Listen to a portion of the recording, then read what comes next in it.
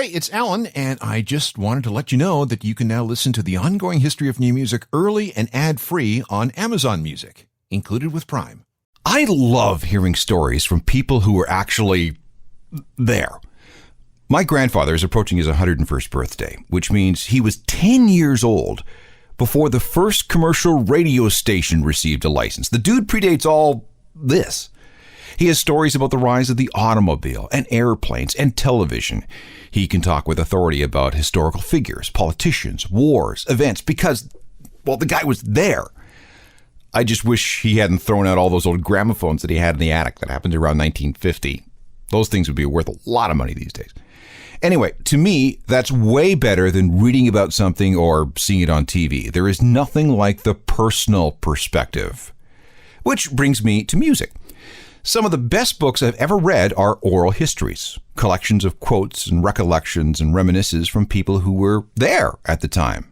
Again, nothing like the personal touch. This is why when I had a chance to talk to someone who was right in the middle of the whole Madchester thing in Manchester, England in the late 80s and early 90s, someone whose brain cells are still intact, I thought, awesome, let's do this. This is part 2 of an oral history of Madchester. This is the ongoing history of new music, the podcast edition with Alan Cross.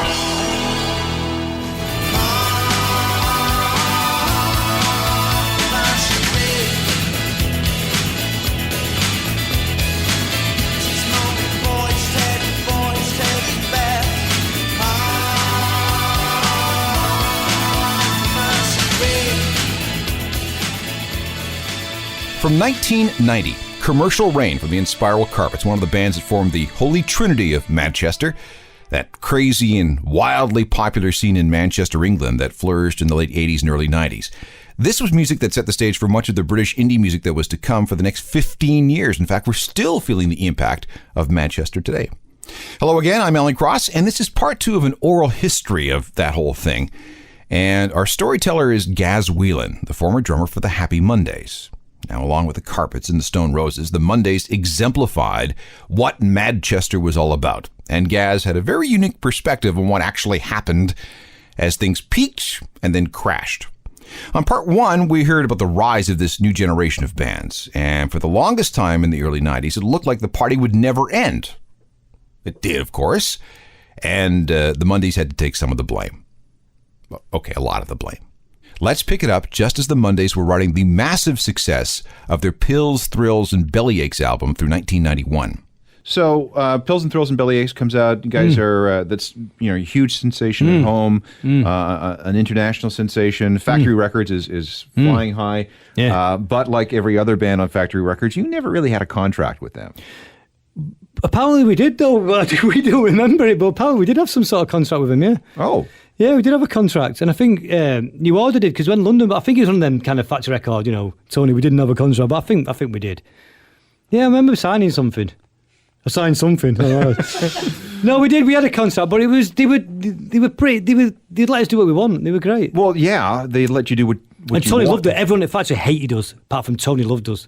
Everyone hated us. No, actually, no, not everyone. Actually, a couple of people liked us there, but for the most part, the other bands and the other managers and the other people didn't really take to us. Well, you broke the company. No, we didn't. That's another myth. We didn't. That was New Order had an album out for a couple of years. They owed us a lot of money. In fact, they owed us a lot of money. We spent quite a bit in Barbados, but not as much as I think we spent $500,000. It cost altogether, but it wasn't. That didn't break them. Bad management broke them. And they actually after that, when they disbanded, when they went under, they owed us a lot of money. Well, and we owed tax. Okay, Tony wasn't. Yeah, well, we'll talk about that in a second. But Tony wasn't the greatest businessman. He was an artist and a supporter of the artist more than shrewd, but he wasn't. Yeah, he wasn't. He was a great, he was a great guy. And Tony was a bit of a. Me and Sean become really good friends with Tony. Do what you're doing, say what you're saying, go where you're going, think what you think. It sounds good to me.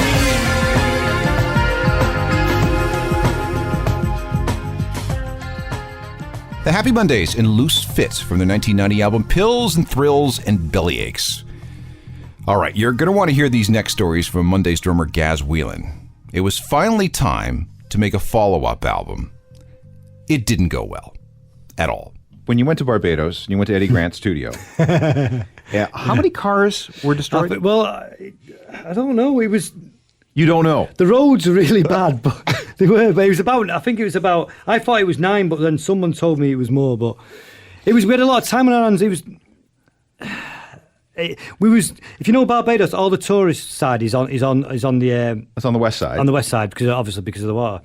Because of the Caribbean, and we were on the east side. Eddie Grant Studio was a great studio. It's down on the southeast, isn't it? Yeah. So it's Atlantic. So it's not the. I think it's Atlantic. Yeah. Is it? Yeah. So it's really windy. So there's no tourists there. So it's local. So we were there. The roads aren't done in the tourist area, and we had. It was January, so it'd been bleak in England, and we had a pretty good time there. It was. We had the first night we arrived. We stayed at this place called Sam Lord's Castle. Which I know exactly where you're talking about, on the East Coast. On the East Coast, we got kicked out. I can't believe that they would even take your reservation. It was great. It was. We got. I mean, the night we arrived there, we'd had a long flight, and they greeted us with rum. Bad mistake. And then there was some cabaret band on. Never forget them. They were called Spice or the Spice Boys, something mad like that. And we all went to bed. PD, our keyboard player, who was. Crazy to say the least. We got up for breakfast early. We were having breakfast, and we see him getting escorted by the police. And he'd got so annoyed that he hated the cabaret band that he'd got up stage and attacked one of them. And that's how it all started. So that's how it all started, and then it just went down from there. But it was. I had a good time there. I enjoyed it. I didn't get in, because when you play drums, you're in the studio the first week yourself, so you get to know the producer, you get, and you hang around. And I used to sit in the studio all the time anyway, to go through it. I was the boring one who liked to, with the music and stuff, like it'd be like he is with us now. But so I didn't get involved in all that. I mean, I was I was drinking a lot of local rum. I was self-medicating with a lot of local herb, and that was it. I was, and I was happy. And Vanessa, my wife, came over and she stayed with us, and she was there. As all our families came over, we had a party with about 30 people at one point. So she came over, and we went to rent a house just outside the studio. And we had our own time, so we were great. So it was. I just got to say, the first night I was in the studio, I finished playing drums. It must have been about 1 o'clock in the morning, and I was driving back, and I was looking for a little bar, and the guy said, "Oh, there's a little bar. It's like a shack. There's a little bar here." So he parks the car, so I'll go with him. So I'm sat at the bar, and it's literally a shack.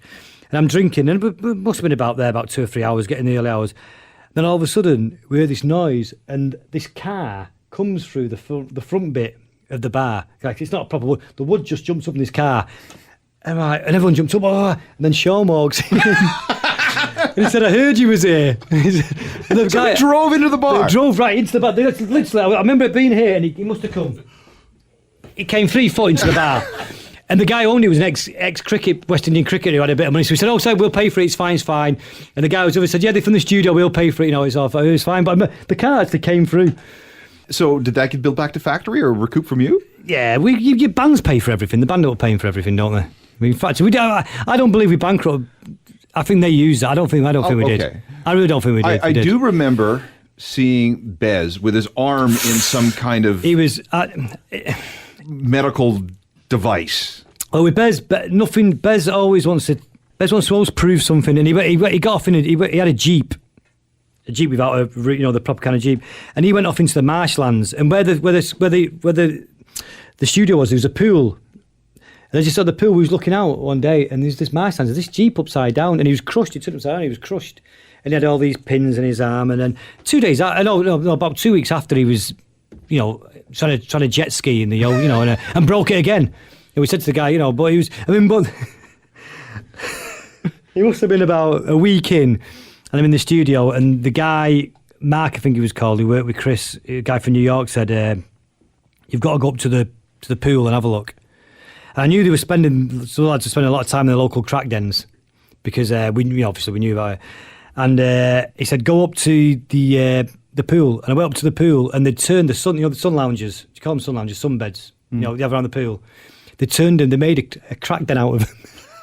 They stacked up into a crack den, and I was like, I just thought it was hilarious. Okay, but, so at some point we knew it was ending. We knew he was going to come. Well, that's what I was just going to say. When you get to that level of goofiness, we knew. You knew that, okay, we've peaked. Yeah. And now we're just milking it. Oh, we knew. I think, but from that very first Top of the Pops thing, we thought we were milking it every week. We thought, that's it, it's going to go any second.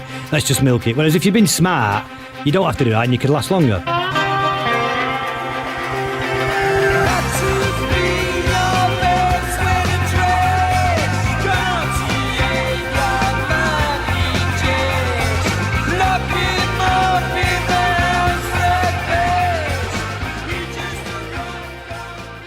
The Happy Mondays with a single called Judge Fudge that helped bridge the gap between pills, thrills, and bellyaches and whatever came next. And I can tell you that what came next was a disaster. Hold on. This is part 2 of an oral history of the Madchester period in England. Our guide is Happy Mondays drummer Gaz Whelan. And we're at the point where the party starts to go terribly, terribly wrong. But it wasn't just you. I mean, by this time, the Roses had gotten to their whole Silvertone thing, and they were unable to get anything together. Yeah. The Inspiral Carpets had gone past their best day. The Charlatans were still hanging around, although they were going to have keyboard player problems. Yeah. Charlatans have done well, actually. Still doing well. They're still together. Yeah.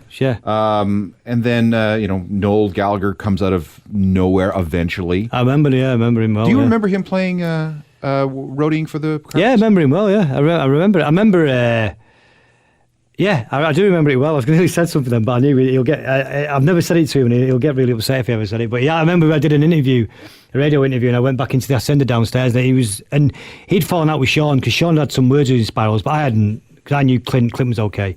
And I kind of knew Noel through him, and we got to talk, and Noel said, it was a great interview, and having a few drinks. He said, if you ever need anyone to do your drums, I'll do it. But whenever I see him now, you can see when we're in company. On one day I'll say in front of everybody. But, he's not done bad, has he? No, he's okay. He's done okay.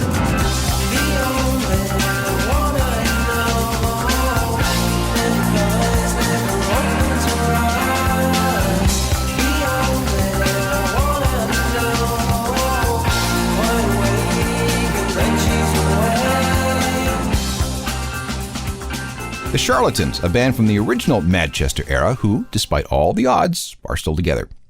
Back to Gaz Whelan. Here's the real story of the album that helped bring down Factory Records. So let's, you come back to Factory Records with no vocals on this new record. Yeah, no vocals, yeah. Because Sean couldn't be arsed, or it just didn't work out. But that wasn't unusual. That wasn't unusual. We'd write albums and he didn't, and then we'd do the music. We'd have like 10 songs and he didn't have the lyrics for them. So that wasn't unusual. It wasn't. Excuse me. It wasn't. He didn't. I think he'd done one song, so that wasn't very usual. That wasn't usual, but it wasn't unusual because he'd always do the lyrics later. He never got involved in the music ever. Never got involved in the music whatsoever. He just did the lyrics and he always did them later. So he wasn't so much of a concern. So the Yes Please album doesn't really work. You know what? It's Bez's favourite album. It's had since it's been like it's about, without trying to sound grand. It's a bit like Exile on Main Street. Now reviews, now people. It actually got good reviews. It went to number 3. It did okay. It's out of I think there's 10 songs in it. There's 6 that are good. I think there's 4 that really let it down. So I like Stinking Thinking. As its moment, Stinking Finger's a great tune. Judge Fudge from that record? Yeah. Judge Fudge is, I don't know. I don't know whether that was on that. Judge Fudge is one of my favourite Monday songs, actually. Judge Fudge. I don't know whether it was on that album. I'm not sure. But there's Cut 'em Loose Blues. There's a couple of great tunes on it, but it wasn't an album. It was a collection of, putting together songs. I think he wasn't recorded by a bunch of people wrecking cars, doing crack. But that was normal, That was it was just different, I think Bummed was the Ecstasy album. Pills and Throughs was Everything. Was the LA Everything, whatever you can get hold of an LA album, and then that was Herb and whatever they were doing. Yeah.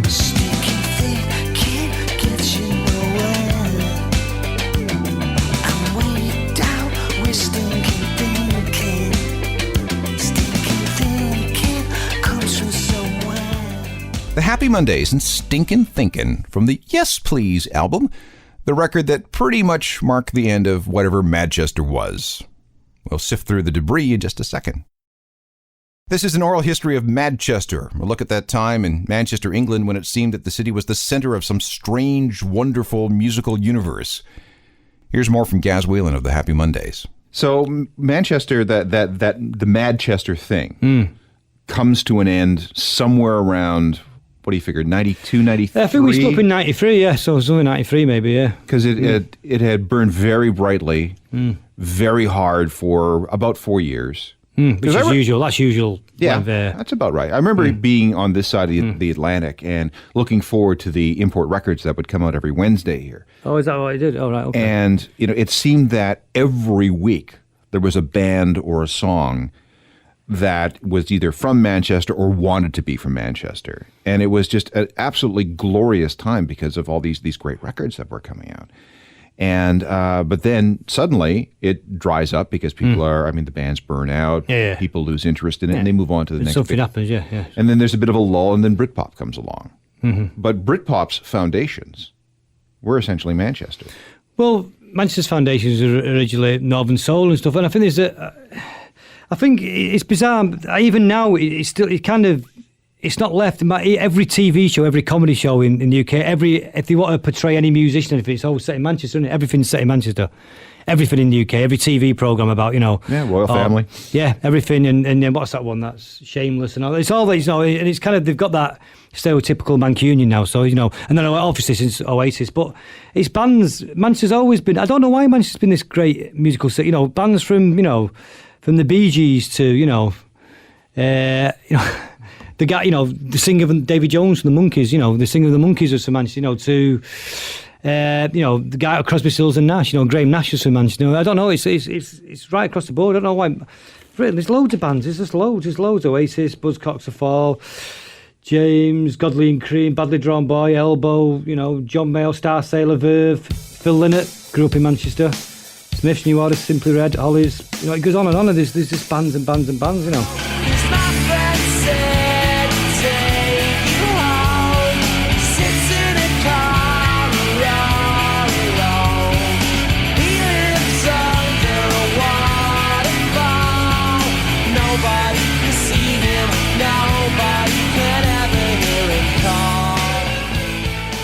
Well, things have changed a little bit now too, because Manchester has been gentrified.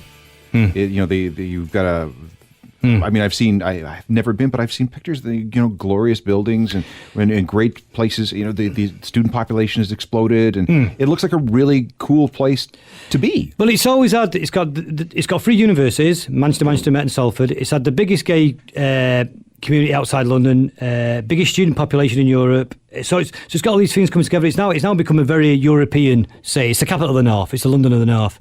So it's changed. The grittiness has gone, but it's still, it's not. You have to go far to find it. You've got Manchester United, Manchester City. You put the two rosters together, and you have a payroll that's somewhere around $850 million between the two teams. That's not a poor city. Oh no, it's got money. But it's a very left wing working class city. Very, it's a very it's like Manchester and Liverpool always has, but kind of Liverpool kind of got left behind, didn't it? Yeah. Well, it's age of industry's gone now, isn't it? Age of industry, but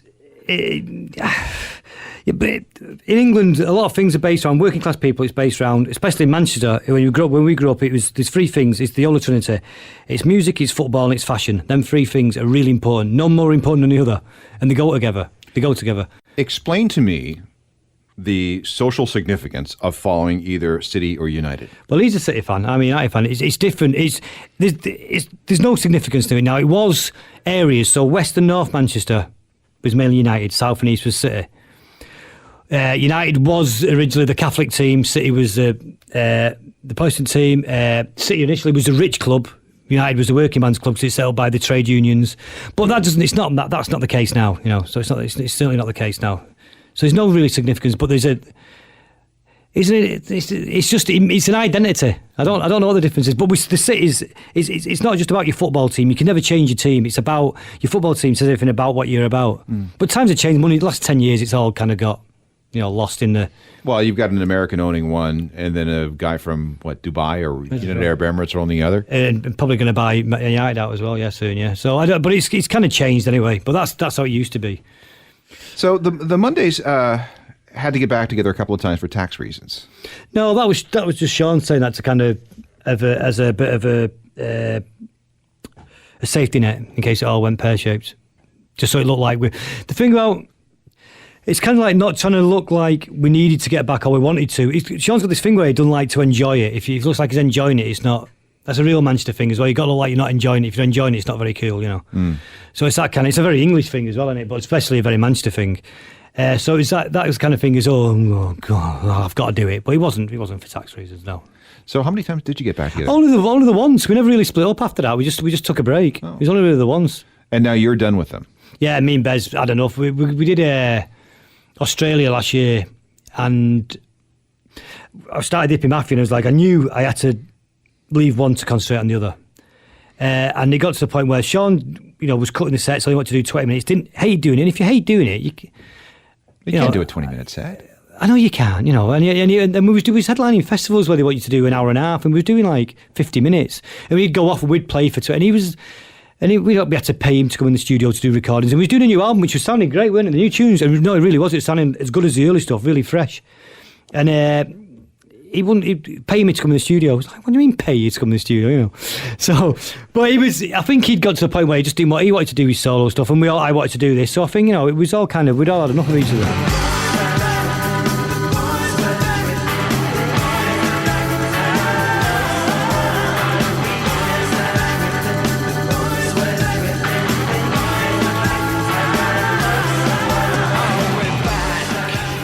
The Happy Mondays with their version of Thin Lizzy's The Boys Are Back in Town.